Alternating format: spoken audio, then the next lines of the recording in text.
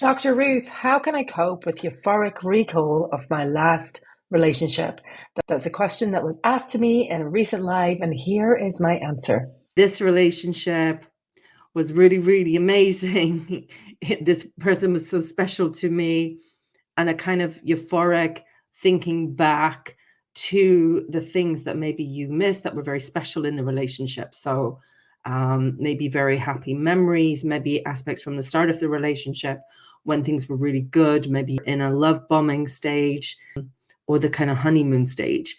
And I think this is something that's quite typical after you break up, when you're going through the grieving process and losing the relationship. You know how, like, any of us, when we lose someone through a death or bereavement, you don't speak ill of the dead, right? You remember the good things, you remember the things that you liked and appreciated.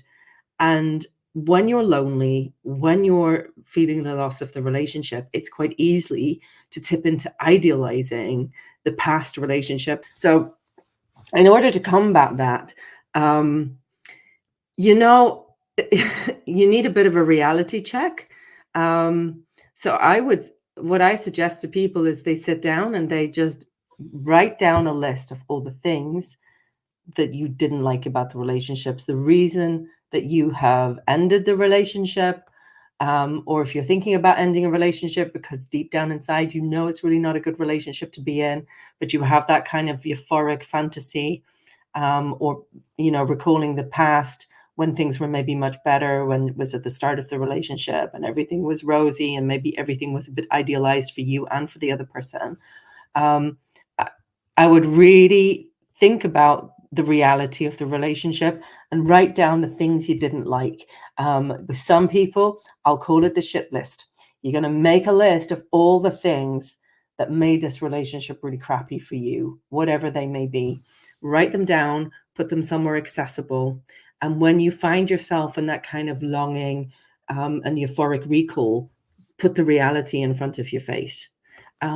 Other things you can do that might be quite helpful with that is, if you have good friends or family members or people who knew you and knew the relationship well, ask them to remind you of all the things that were really, really bad about the relationship, because it's remarkable. I see it all the time. I'll be talking to someone and they'll be talking about how much they miss the person that they're no longer with, how much they long for aspects of usually the early days of the relationship, when it all seemed so special, when they were full of hopes and dreams and the kind of fantasy of ideal love that both they and probably their partner got caught up in. They will be talking about that.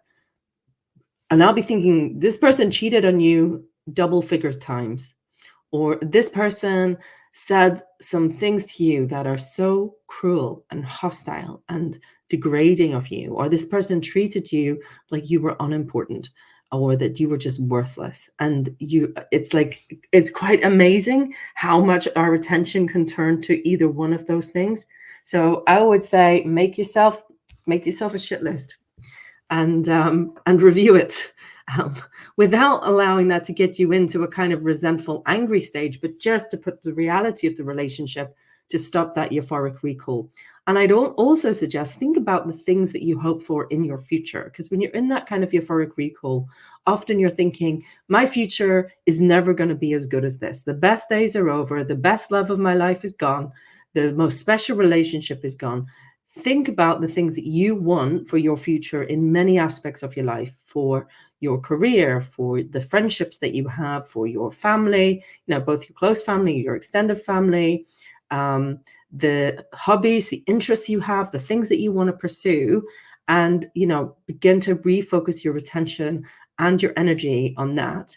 And the other thing I'd suggest is, because you're probably ruminating, right? When you're ruminating, you're sitting there and you're going over and over and over the same things again and again and again. And that can be very enticing and it can take up a huge amount of time.